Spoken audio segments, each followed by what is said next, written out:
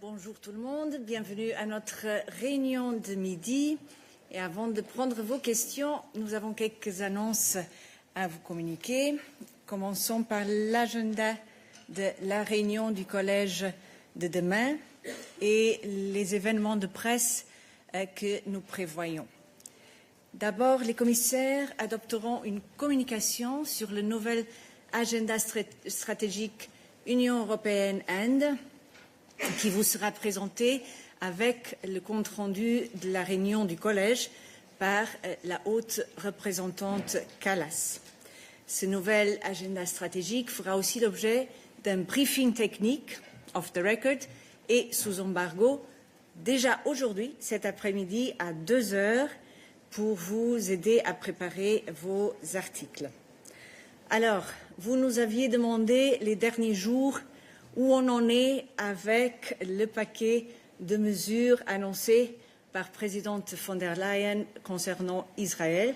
Eh bien, demain, en réunion du collège, les commissaires adopteront un paquet de mesures concernant Israël, notamment une proposition de la Commission visant à suspendre certaines dispositions commerciales de l'accord euro-méditerranéen entre l'Union européenne et Israël.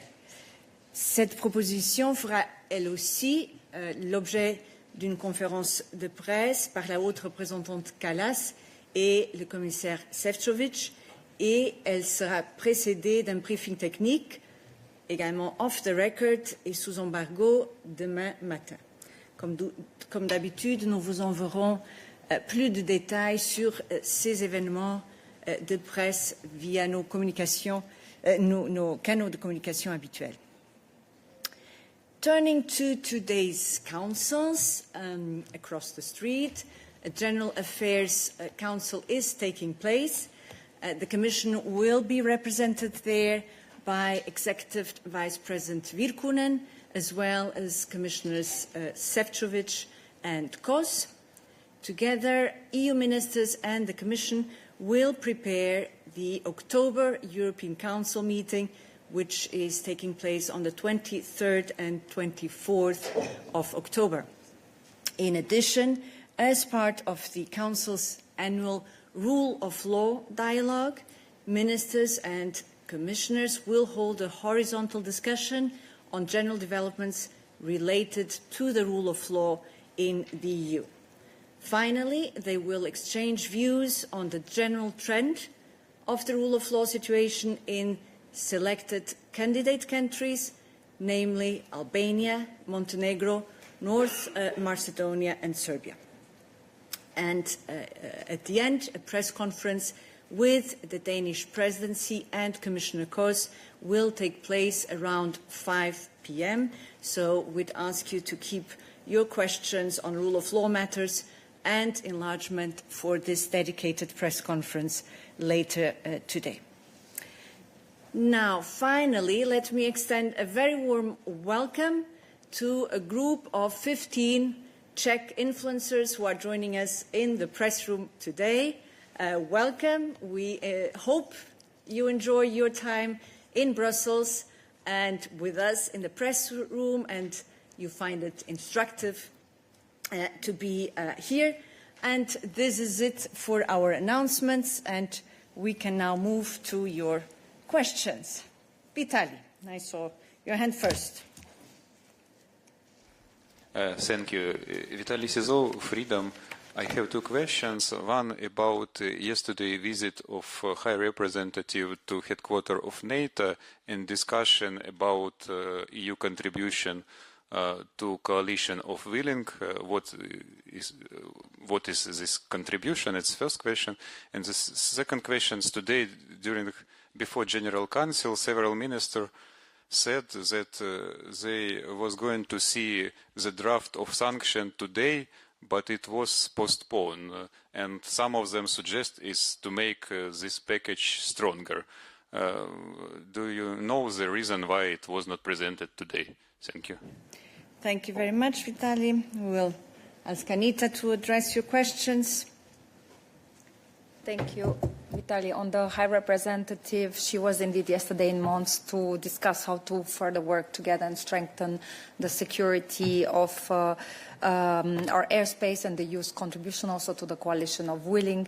So our strategy is to ensure that we increase the military support for Ukraine, ensuring also the support for their defense capabilities. And this is why we're continuing first on two strands. When it comes to our military support, we have 80% of our target of the 2 million rounds reached in terms of ammunition. And then here also we're working with the EU member states that they are increasing their commitment. And then on the second point, which is the day after, which will hopefully come soon when it comes to a ceasefire. We are working also with the member states to ensure that the Ukrainian soldiers have the necessary training throughout.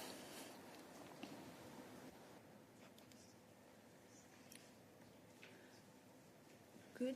And on the sanctions delayed? For Anita, it's about sanctions, 90s package. Yeah, on the sanctions. No further comments since discussions are confidential. Yeah. And we did see reports about a delay, but the fact is that we never announced a concrete date, so we don't see any delay, right? Discussions are ongoing in order to have a solid package to be put forward as soon as it is ready. Any other questions to Anita? Yes. Hello, Luca Hachidze, Formula TV. What is the European Commission's response to the detention of Georgian opposition leader Elena Khoshdaria just yesterday and just ongoing crackdown on politicians, media, civil society and activists in Georgia? And if the Commission is discussing any concrete measures in response to this process in Georgia? Thank you. Thank you. First and foremost, the EU stands with Ellen and all the unjustly detained political prisoners and journalists and civil society from Georgia. Our full solidarity goes to them, and we call for their immediate release.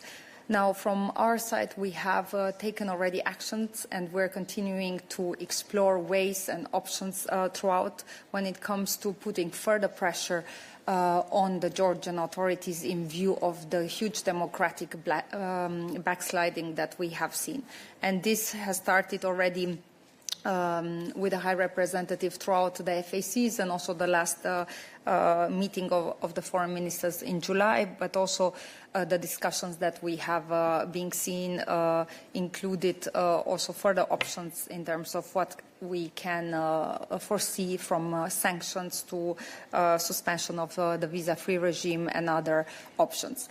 In the meantime, as discussed, we have fully downgraded our political contacts, stopped the financial assistance to the Georgian authorities, and increased our support to civil society. Thank you. Stefan. Sorry, it's on the sanctions package again, if I may. I mean, I understand there is the 19th sanctions package, and there are requests from the US side concerning what Europe should do. So is there coordination between these two elements? I mean, are you discussing with the US how to reply to this request from Trump and his administration? Thank you. And then I would have a question on your announcement concerning tomorrow, but that's different. Stefan, we already addressed this yesterday, right? With regard to the requests that President Trump put forward via his social media a few days ago. Actually, this is something that we've been actively doing for 3 years practically, which is the phasing out of imports of fossil fuels from Russia. And we're well on track with regard to our own plans, thanks to really very, very solid work here in the Commission, but also by the Member States, while ensuring energy security. Now, in parallel, a package of sanctions is being prepared, and there are various options that can be covered. We're on it as we speak, discussing it also with member states, as we always do in advance of putting forward a package of sanctions. And that work is ongoing. And once we present, we will see what is in there and whether it also tackles notably still any of the imports from Russia. And then you said you had a second question. Yes, on the measures concerning Israel, is it the proposal tomorrow, is it this part where the Commission can act on its own, or you need the support at the end and agreement by the Member States for the whole package or for part of it? Thank you. It will include also those which will require an endorsement by the Council. So these are the measures announced by President von der Leyen at her speech last week. Other questions to Anita? Yes. Thank you. My name is Natasha Kovačev. I'm a freelance journalist from Serbia. So I want to ask you about the comment from the European Commission and the reaction maybe to what was going on in Novi Sad on September the 5th during the protests that many participants in those protests speak about the police brutality that happened that night. And also a group of students came out with the analysis of the tear gas that was used by the police that night, saying that one of the elements that they used was the so-called CN gas that has wider and more serious consequences than the usual CS gas that police uses. So can you comment maybe on that? Thank you. Thank you very much. And a question that we would ask you to refer to the press conference later this afternoon, as I announced earlier on, regarding the General Affairs Council, where precisely the topic is rule of law and candidate countries. So if you don't mind, this would be today the best place and moment to raise the question. Other questions to Anita? No. We can stay on the foreign affairs topic. As I see, Noureddin, that you have a question. Merci, Paola. J'ai une question, si tu permets, pour Anouar et probablement pour toi-même. C'est à propos de la reconnaissance de l'État de Palestine. Nous avons vu le vendredi que l'écrasante majorité des États membres, 25, ont voté pour la reconnaissance de l'État de Palestine à New York par la Hongrie et la République tchèque. Est-ce que un vote aussi majoritaire et important de la part de l'Union européenne est, selon la haute représentante, une sorte d'assurance européenne du soutien de l'Union européenne à l'État de Palestine dans les jours, les mois qui viennent et dans les jours essentiellement, et c'est là ma deuxième question, où Gaza brûle, d'après le ministre de Défense d'Israël, et qu'une commission d'enquête internationale indépendante a dit ce matin que les responsables israéliens et ce gouvernement commettent un génocide. Est-ce que la commission, est-ce que la haute représentante a un commentaire sur ce qui se passe à Gaza?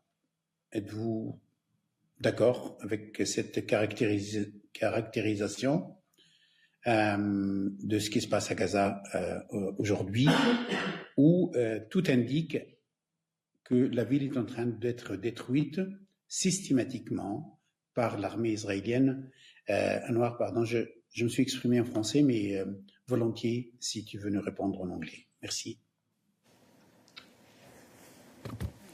Merci Nourdine pour la question en français qui va imposer une réponse en français comme langue de travail de cette salle de presse. Quand il s'agit de l'Assemblée générale des Nations unies et la résolution à laquelle tu t'es référé, Nous saluons l'adoption de la résolution de l'Assemblée générale des Nations unies approuvant la déclaration de New York sur le règlement pacifique de la question palestinienne et la mise en œuvre de la solution à 2 États. L'Union européenne reste fermement attachée à une paix durable et viable fondée sur la solution à 2 États. Elle est prête, l'Union européenne, à contribuer à tous les efforts visant à parvenir à cette solution et nous invitons toutes les parties à s'abstenir de toute action susceptible de compromettre sa viabilité. Nous continuerons à œuvrer à cette fin avec nos partenaires régionaux et internationaux. Permettez-moi maintenant de rappeler également, en amont de la semaine de haut niveau qui s'annonce à New York dans le cadre de l'Assemblée générale des Nations unies, que dans ce contexte, la haute représentante Kaya Kallas convoquera la semaine prochaine l'Alliance mondiale pour la mise en œuvre de la solution à 2 États, en collaboration avec l'Arabie saoudite, la France et la Norvège. Cette alliance, qui compte déjà plus de 100 États et organisations internationales, sera l'occasion de donner suite à cette importante déclaration. Et je rappellerai également, sous le contrôle de Paola, que la présidente participera également à la réunion de haut niveau chef d'État et de gouvernement, coprésidée par la France et l'Arabie saoudite. En termes de soutien, il convient également de rappeler que l'Union européenne continuera à soutenir l'autorité palestinienne via son programme de réforme, à la lumière également des 1,6 milliard d'euros pour la période 2025-2027. Now, in terms of the second angle on the situation on the ground in Gaza City, the EU has consistently urged Israel not to intensify its operation in Gaza City. A military intervention will lead to more destruction, more death, and more displacement. And we have been clear that this will also aggravate the already catastrophic humanitarian situation and also endangers the lives of hostages. It is high time to break the cycle of violence, of destruction, and of suffering, and this must end now. Related to the last point that you raised, in terms of genocide determination, our position has not changed, and I will here reiterate it again. Establishing whether international crimes, including genocide, have been committed or not, is the competence of national courts, as well as international courts and tribunals which may have jurisdiction. The legal qualification of an act of genocide requires the proper establishment of facts and a finding of law. Thank you. Thank you, Anwar. Any further questions to Anwar on the foreign affairs front? David, sorry.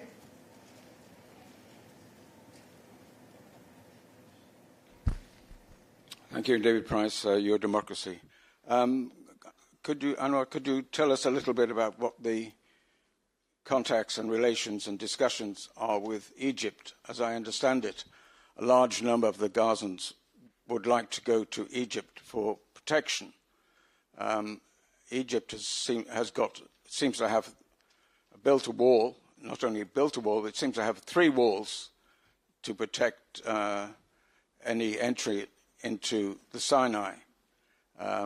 Obviously, the suffering can be reduced greatly if some of the population move temporarily into the near part of the Sinai. So what discussions have been made with Egypt, and can you, and specifically on that protection basis? Thank you, David, for your question. I will not here enter into any details as to what we are discussing with our partners, because that's part of the diplomatic outreach that we do have from the side of the High Representative together with the ES, with our partners on the ground. What I can say here is that indeed Egypt is a relevant interlocutor, obviously, on the Israel and Gaza file, also in light of the geographical situation that you yourself have put forward. Now, on the Gaza Strip, let's recall here our position. We are rejecting any further forced displacement of Palestinians, and the Gaza Strip is part and parcel of any future Palestinian state, and I will leave it there. Thank you. Thank you. Yes, Anwar? Yes, thank you for the floor. This is Fabio Napoli for the Italian news agency Public Policy. I'm wondering if the Commission is considering to activate the temporary protection mechanism for the Palestinians. as it was the case for the Ukrainians? Thank you. Thank you, Fabio. I will not here speculate or prejudge at this stage, so I will not comment further. Thank you. Okay, I see online, I don't know if it's also for Anwar, Mathieu Bion is still on Foreign Affairs. Oui, bonjour. Bonjour. Vous m'entendez? Oui. Bonjour, je voulais savoir si justement avec l'offensive en cours à Gaza, est-ce que vous considérez que l'accord sur la distribution de l'aide humanitaire tient toujours?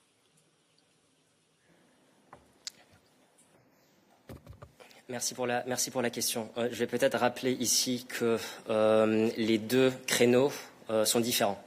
La question ici porte sur notre accord humanitaire. L'offensive sur Gaza est un plan militaire.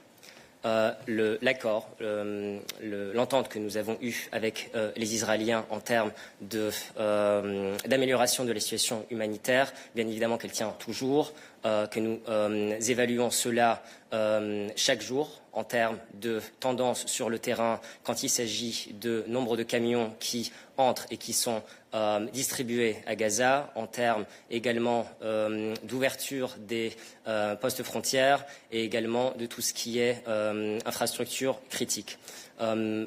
Sur ce plan-là, les services continuent d'évaluer l'avancée, progrès ou manque de progrès sur le terrain, et cela, au niveau politique, conduit à le canal diplomatique qui est celui de la haute représentante avec son interlocuteur israélien pour continuer de mettre la pression sur le gouvernement israélien quand il s'agit de changer la situation sur le terrain, puisqu'il s'agit de notre direction de voyage et du seul objectif qui nous anime. Maintenant, nous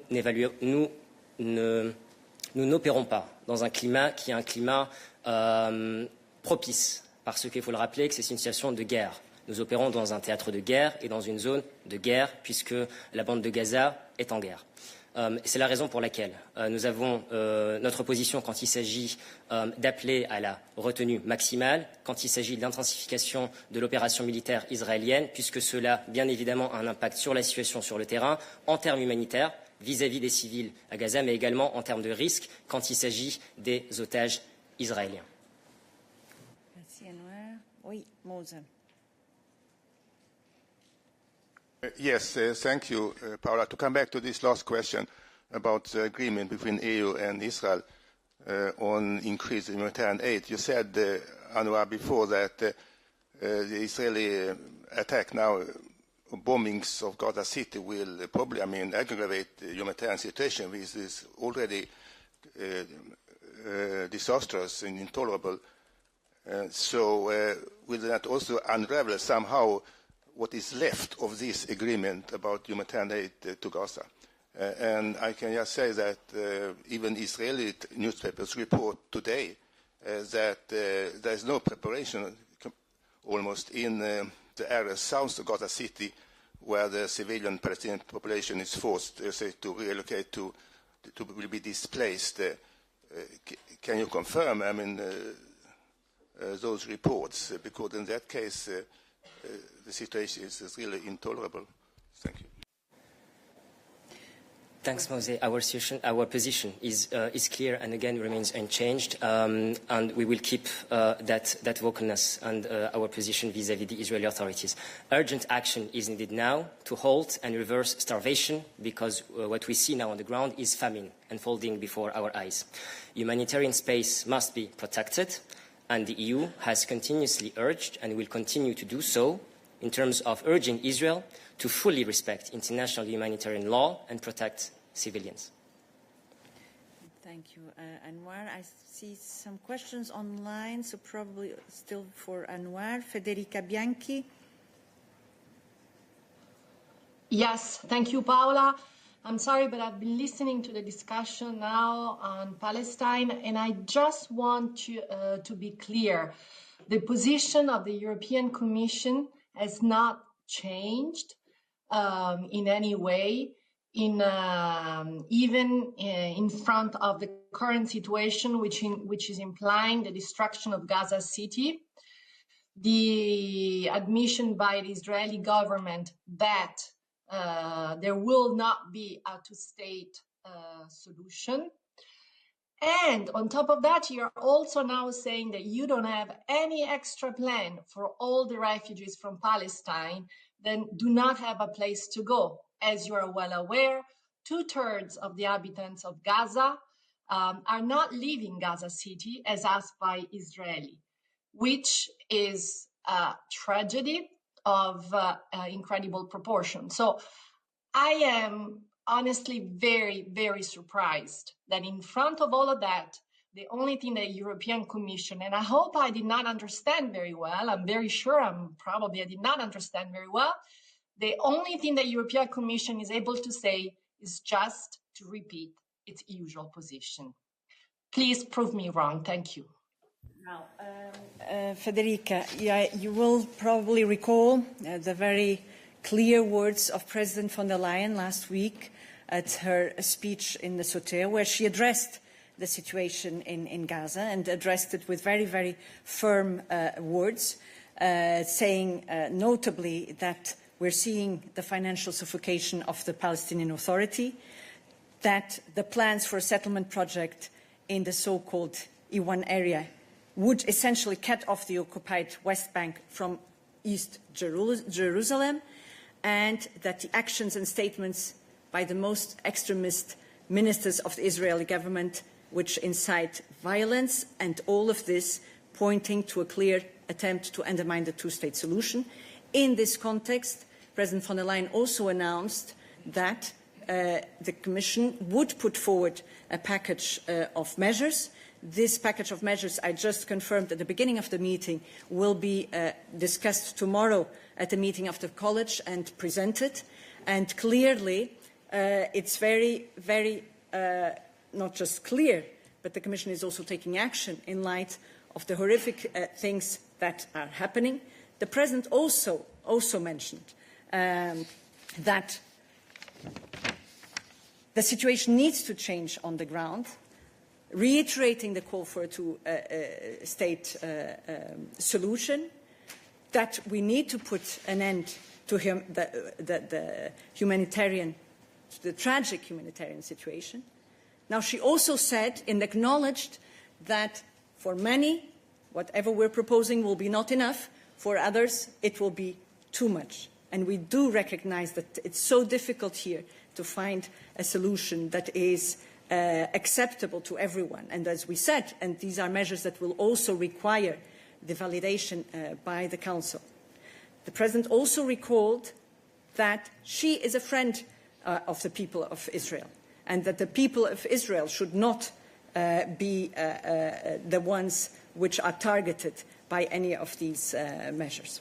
And so we'll take it from here tomorrow with the proposal that will be put forward, and where precisely we're trying, as far as the Commission is concerned, to make a difference on top of the humanitarian aid that we've been trying to deliver. And you know, and it's never too often recalled, that the EU is the biggest provider of humanitarian aid to Palestine, even though we also know and acknowledge and see that it has not been enough. Are there other questions on foreign affairs to Anwar? Yes. Hi, Giulia Torbidoni for the Italian news agency GEA and EU News. What do you mean with the two-state solution? Because today it seems quite impossible. So on a practical level, what do you mean? How do you think it's possible? Thanks. One could argue for a long time about the viability of the two-state solution, right? But it is important to state that indeed we are behind that, and that we believe in the solution of two states for this region, and that's been actively said and reiterated again also by President von der Leyen last week. If I may add what we mean by that, that's outlined in the European Council conclusions, and that's a position at 27 at the highest level of heads of state and governments. I would invite you to go and have a look. What does it mean? It means that we are fully supporting two states, Israel and Palestine, living side by side in peace and security with Jerusalem as the capital of both. So this is what we mean. Good. Still on this subject, I see online, Eddie Walks, is it on Foreign Affairs?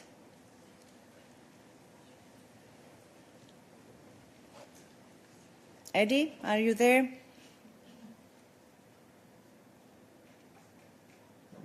Nope. So we move on. Yes, David? Thank you. It's a follow-up of my question. I just want to be clear on the Commission's position. The Commission prefers to keep people within a specific area under very intense conditions. On the other side of a border, there are lorries of food, and the Egyptians are stopping people coming through. They could actually have a controlled area on the other side of the border. But the Commission's policy is that people should be put under stress and maybe death, threats and injury, rather than letting them through the border. Is this what the Commission is? Is this Commission policy?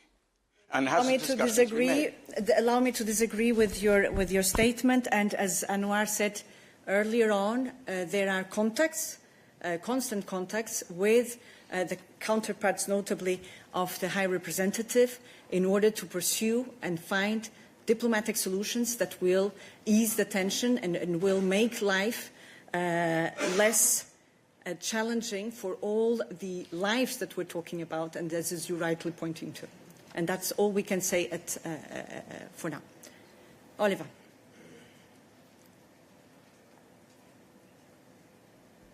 I just have three planning questions for three members of the Commission. So maybe I'll just lob them here and you think about who's in charge of that. Is that okay? Otherwise, I mean, if you find the solution to the Gaza war, in the meantime, I'm happy to step back, but I have the impression we're a bit of running out of the thing. Question one is, today Commissioner Schweitzer meets the Saudi Minister for Economy and Planning. It's great to learn that the Saudis are interested in the Mediterranean. Can you give us a bit of an idea of what she's interested in talking about with him? Secondly, Commissioner McGrath is meeting the SEC Commissioner, so can you give us an idea of what the topics of discussion are there? I can think of some. And then there's a mission, there's a meeting of, is he Executive Vice President? Anyway, Super Vice President Fito meeting the head of the Cypriot Turkish Chamber of Commerce, I think. What's that meeting about? Thank you. Thank you, Oliver. A number of meetings. So we'll start with which one? So we change spokes.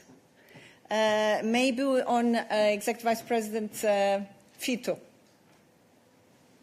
If we know more about that meeting, but you do know, Oliver, that indeed it falls under the remit of the Executive Vice President's competences, but Maciej will help us with this. Yes, good afternoon. Thank you, Oliver. Well, what I can say is that indeed the EVP Fito is meeting many actors and many partners in the context of his mandate.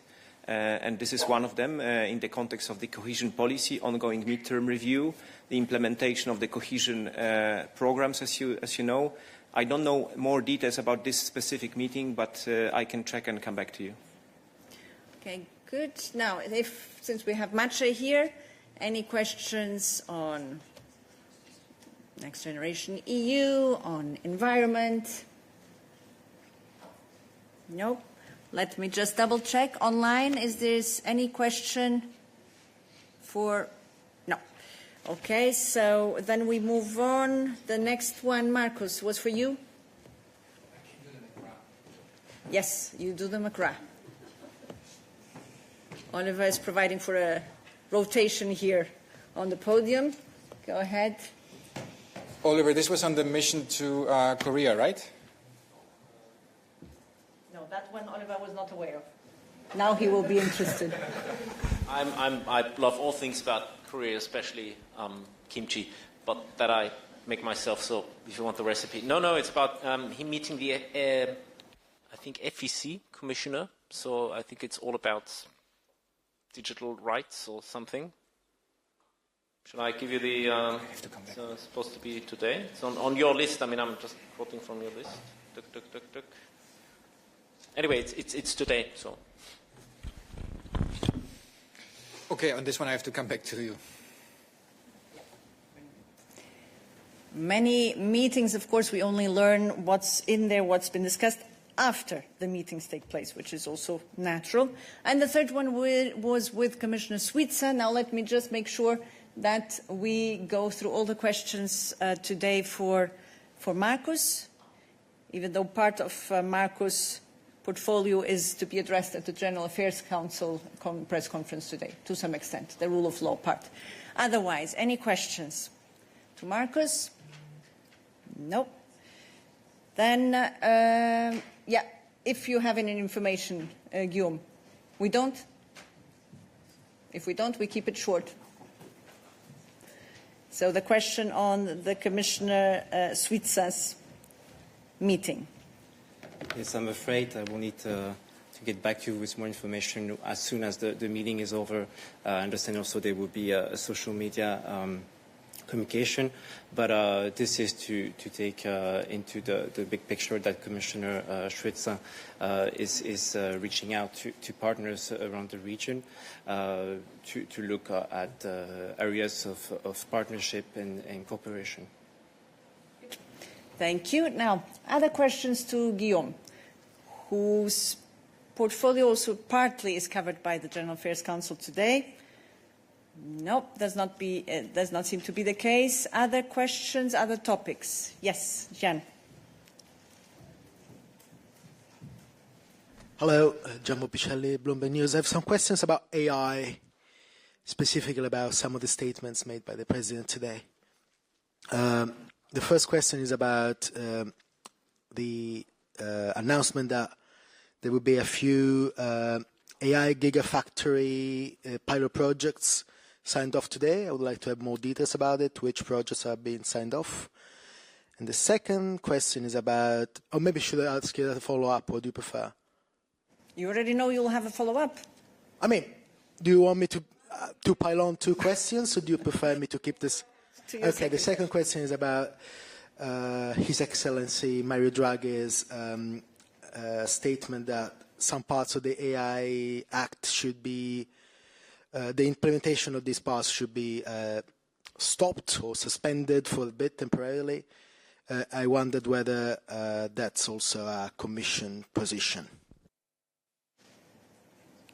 Thank you, Jan, and we missed you. Let me first start on the pilot project. So what will be signed later today are pilot projects for the so-called green transport corridor. Now, of course, these will in the future have an AI component, as they will also allow us to pilot AI on the road. Now, more specifically on the gigafactories, I mean, the President was extremely clear. This is a major deliverable that we have achieved since the first report, since the report that we received from Mario Draghi. The President was in Paris at the AI Summit. She announced the AI initiative. We expected to mobilize 20 billion euro to set up these gigafactories that were again mentioned today. We received an overwhelming response from the industry and from member states, with 76 proposals from 16 different member states that amount to a total not of 20 billion, but potentially 230 billion. So you see that the interest is here to make out of Europe a true AI continent. Now, on the next steps for these AI gigafactories, what you can expect by the end of the year is a call precisely to set up these gigafactories. What will this call do? It will clarify essential information regarding the timeline, selection criteria, funding conditions, etc. So that work is, of course, ongoing. We keep engaging with member states, partners, including the one who have submitted these proposals. AI Act? Sorry, yes. On the second question and on the AI Act, I mean, of course, we take note of what Professor Draghi has announced. We are, of course, also aware of this call that has sometimes also been mentioned to the Commission and called by the industry itself and by companies. I mean, you know it very well, and the President mentioned it again today. We have a digital omnibus coming up. I will not today from this podium prejudge what the digital omnibus will potentially tackle when it comes to data, to cybersecurity, to AI. Let's see indeed how we can simplify the agenda, how we can remove certain unnecessary burdens on our companies and on foreign companies that all, of course, operate here in the EU. So that will be announced later this year in the next omnibus. Good. Still to Thomas. Valentina, yes. Thank you, Valentina Vasilyeva, TVP VOTAC. My question is about Russian drones in Poland. First question about wall of drones. Do you have any assessment when this wall of drones can be built and from what it can depend? And second question, how was it possible that Russian drones actually entered to Polish airspace? Is it because EU doesn't have acoustic detection drone system as Ukraine has? Thank you, Valentina. The second question may be slightly more for Anita. Let's see after if she would like to comment on the drone wall. I mean, recent events, the ones that we saw last week in Romania and in Poland, again yesterday even in Poland, showed that we are facing massive threats, I mean, with drones entering the European Union. The President was also clear last week in her State of the Union address, we will set up a drone wall together with our member states. Commissioner Kubilius is working on that. He has also mentioned it. They visited frontline member states. Now, how will this practically work? Of course, we need the support of member states. Member states need to fully endorse this initiative. Now, I think that the recent events also show the need for such an initiative. Now, how can we use the funding instruments that we have on the table? Again, SAFE was mentioned today by the President. Some of the components under SAFE, if member states want to use them and will submit them in the national plans that they will submit to the Commission by the 30th of November, certain of these components will help to set up a drone wall. We have EDIP that will soon be adopted. We have the European Defence Fund that is fully up and running. So we today believe that if member states want to have a common approach to protect the European Union with a drone wall, we will be ready and we will find an appropriate solution, a technical work with member states, with the industry, to set it up and to protect us in light of the recent events that we have seen. Now, on the second question, I think this is more a question for the national authorities who remain fully in the lead, unless Anita would like to add something, but I think it should be. Indeed. You're absolutely right, Thomas. This is indeed a question for rather than national authorities. Yes, Valentina. Just about when, so it should be this year, next year, like plus minus, when we can expect that? What timeline you're targeting? As soon as possible. I would echo just what the President said yesterday. We're facing an emergency situation. Our proposal was passed in 72 days. The President mentioned it today again. And then we have already allocated 150 billion today tentatively to member states. So now, let's not forget, member states are the ones now in the driving seat, of course, to submit these national plans by the 30th of November. We will take it from there. And of course, this is joint public procurement. Wherever we can help to facilitate for these EU-wide flagship projects, including a drone wall, of course, we will do our work to protect not only individual EU member states, but the EU as a whole. And it's worth reminding here, Valentina, that as you know, the European Council also asked us to come forward with a Readiness 2030 roadmap, and we're working on it. So it's in view, notably, of the European Council. So that's where we could possibly already also have more information about the individual projects that have been identified. Other questions to Thomas? There, in the back. Thank you. Marie Collin from Context. I have a question on the conference on the Draghi report. So Ursula von der Leyen mentioned 230 billion proposal from the private sector on AI. So is it correct that the money is not on the table right now? Is it correct?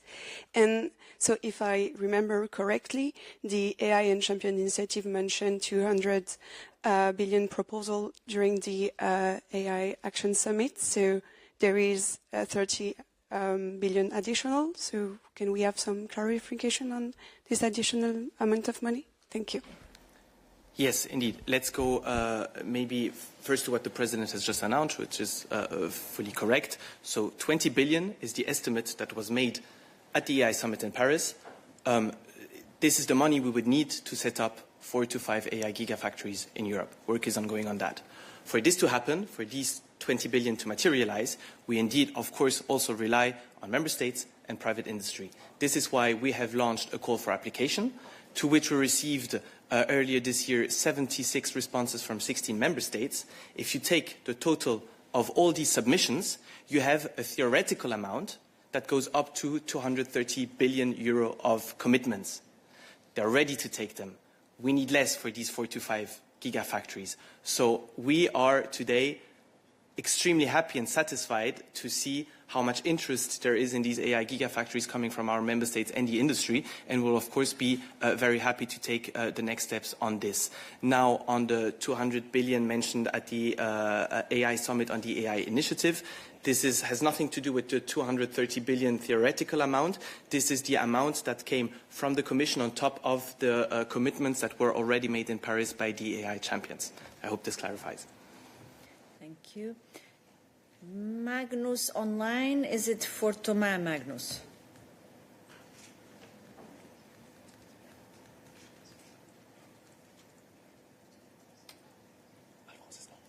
It's not working?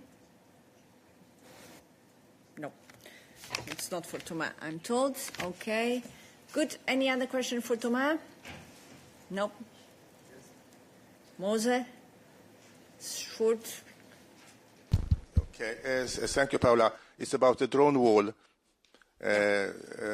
Thomas, you talked about. I mean, until now, we know that EU member states have imported air defense from Israel, and now facing, sanctions which can affect, a ban on imports of special weapons from Israel. Do you have any comment? Because there is no Israel has experienced and has intercepted drones in its wars against its enemies, and also developed a laser weapon against drones. Thank you. Thank you, Mose. This will be a European project with European member states, potentially with the support of SAFE and the country that is associated to SAFE, which has a lot of experience also in the drone sector, is Ukraine. And Ukraine is fully associated since the beginning into SAFE. So I would not go into consideration of potential third countries. I would just focus on what is today on the table. Today on the table is SAFE, 27 EU member states, Norway, Ukraine, and we'll take it from there to have this EU-wide project. Thank you. And there, question to Thomas. Hi, Aude van Loo from Politico. I'm guessing the question is for Thomas.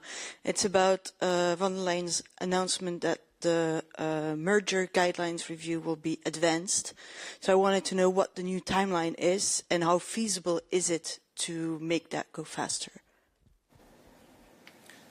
And Thomas, correct me if I'm wrong. I don't think we have an exact timeline to give you, but indeed President von der Leyen sees the need and sees that for the industry it's important to have certainty, to have clarity in terms of what will be the guidelines in terms of merger, of antitrust, and hence her announcement today that we will bring forward the proposal compared to what was initially foreseen. But we have no specific date to share with you. Just to add, fully correct, of course, what Paula says, you will also remember that on the 8th of May, we had launched a public consultation to seek feedback on the ongoing review of the EU merger guidelines. This one closed 13 days ago on the 3rd of September. We have received massive input, valuable input that we, of course, now need to carefully analyze before assessing potential next steps and publishing the revised merger guidelines. So, of course, will be as quick as possible as announced by the President, but will also make things right. Okay. Yes, a follow-up? Just a follow-up. technically, how feasible is it to go faster than the 2027 deadline? Because indeed, as Thomas just said, there is a public consultation. There were a lot of items. It was a very broad public consultation. I understand the call to make it go faster for the industry, but wouldn't it make also sense to take the time to make it good? So on the time, technically, how feasible is it to go through the 200 plus contributions to the public consultations to meet a new unknown deadline? You can rest assured, and this applies to this initiative as to any other, that we do take the time to have a solid document or proposal on the table when we adopt it. Now, there is a sense of urgency, and the President said it very clearly today. She's ready to act on that sense of urgency, and that means mobilizing colleagues to accelerate the work without ever sacrificing, of course, the quality of the work, which is not negotiable. But this is another area where President von der Leyen sees a need to accelerate the work, notably in light of our everything we're doing in terms of our competitiveness, and hence the need to do it faster, but, as said, without compromising the quality. Any other question to Thomas? No. Then I have Magnus online. Hi, Paola. You still hear me? Yeah. Right. I'd ask you to carve things out a bit for us on Israel. I'm sorry we didn't catch it earlier when Anita was on the podium.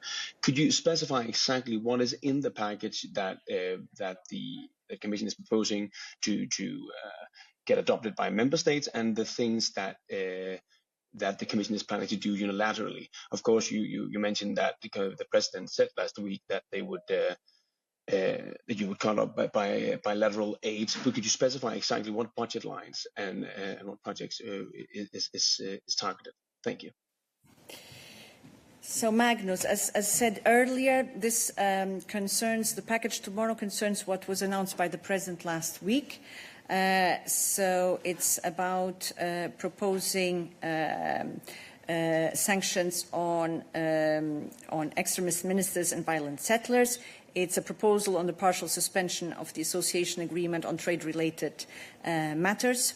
And we'll see if anything else. But this is the main gist of the proposal. Anwar, anything else that you want to say there? Yes, I fully second what you said, Paola, but the question was also in terms of voting rules. You all know here in this room what rule applies to sanctions, unanimity. So, voilà, you have the answer to your second question. Okay, but as said, we'll have a dedicated technical briefing where you'll be able to ask all your questions, and of course tomorrow we'll be in a better position to comment and reply to any of these questions once it's been through the college, once it's been adopted. We don't want to prejudge the final outcome today. And any other question on another topic, because we were very extensive already on the foreign affairs. Enrique. Hello. My question is about the infringement procedure that you started 2 months ago against Spain for the role of the government obstaculizing the merger of 2 banks.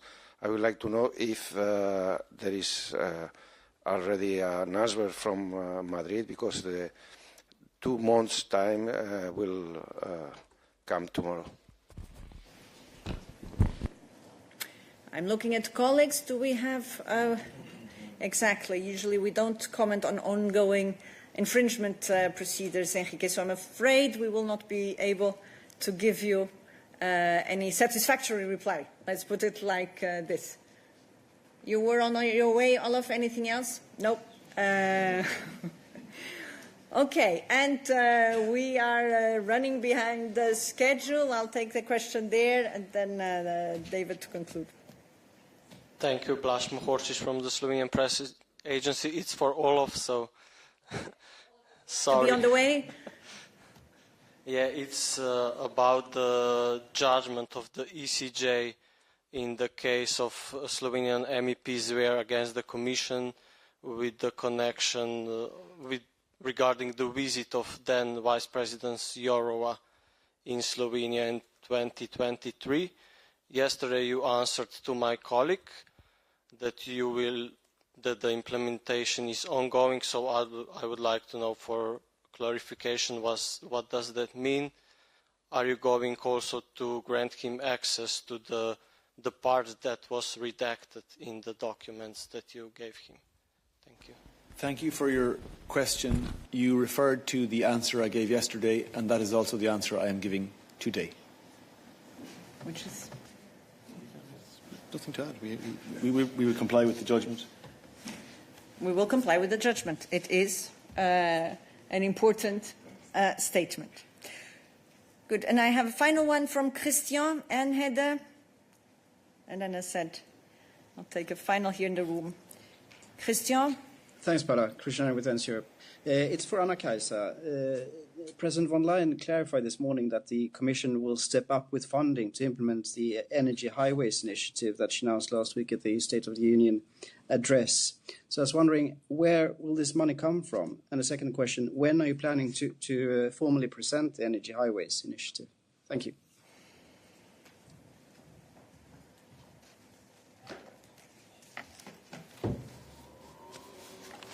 Anna-Kaisa. Yes, Energy Highways. So this was already an announcement that the President made in the Soteo speech last week. So we have these. We have identified 8 bottlenecks within the existing energy infrastructure, and now these projects have been chosen from amongst the projects of common interest that are already receiving funding from the European Union, and these are some very highly beneficial projects that, for different various reasons or a combination thereof, have not been made the progress in time that we have wanted to see.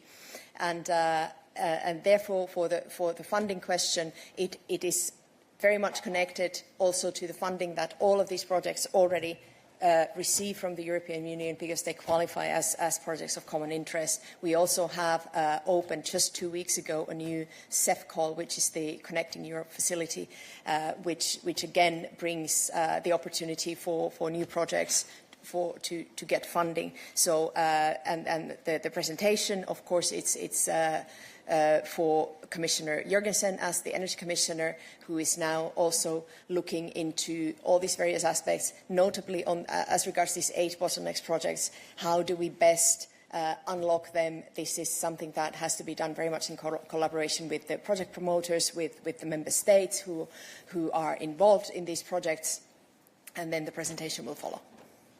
Thank you, Anna-Kaisa. And we'll take the final question today in the room, David.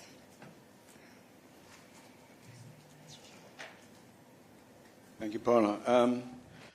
I'd like to have had this question posed yesterday when you eloquently said it was the International Day of Democracy, and it's specifically about that. I write a column called Your Democracy on European democracy and its origin and the various stages it's gone through. And I wanted to mention get your reply relative to the State of the Union comments by the President on the press, because this affects us all. The President said, free press is the backbone of any democracy, and we will support Europe's press to remain free. Our most important task is to protect democracy and offer solutions to people's legitimate concerns. Now, you know that the Belgian police have taken my computers 3 months ago in June without a warrant shown to me. And I've tried for these last 3 months to get an answer from the Belgian authorities about what happened, an explanation of any of this. And I haven't had any reply. I've had expensive lawyers. They haven't got a reply. So the journalists in Brussels are in a serious situation, it would seem, that the police can come and violate normal journalistic confidentiality situations. So I'm wondering, in this comment, there's a line of the State of the Union address which said, well, firstly, it talks about independent media. Now, I'm totally independent. I do not get advertising. I do not get any money from the European Union. But then the President said she was about to launch a media resilience program to support independent journalism and media literacy. Now, I'd like to know a little bit more about that. And I'd like to know if it would protect me, because my office is in the shadows of the European Commission buildings. And this was done, this outrage was done. First of all, thank you for recalling us the words of the President, which are more than words. And then, as you said, that free press is the backbone of any democracy. And yesterday, as you also recalled, we were celebrating the International Democracy Day. There's no democracy if there's no free press. And this is very, very clear. This is also why the President announced new initiatives, notably the Media Resilience Programme, which is meant to support independent journalism and to support media literacy at a moment where disinformation is playing too much of a role in terms of communication and misinformation. Now, we have full sympathy for you. We have full sympathy for your case, but we cannot do not and cannot actually comment on any judicial ongoing proceedings which are running in the member states and be it also in Belgium where we are today, because this is simply not in the remit of our competences. So I'm afraid there we cannot give you a satisfactory answer, David. Thank you.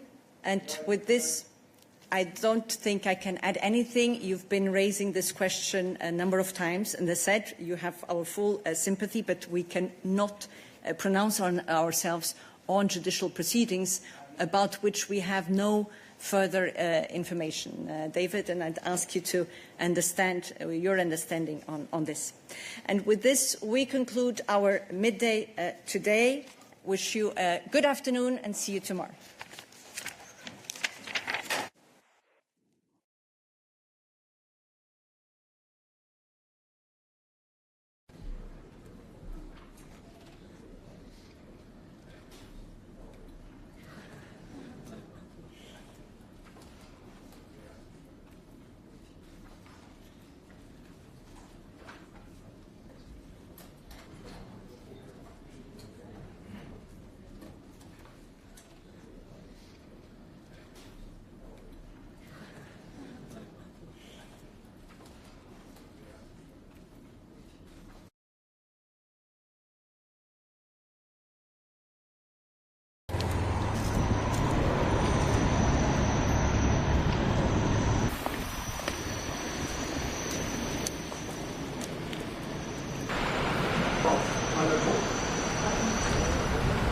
Però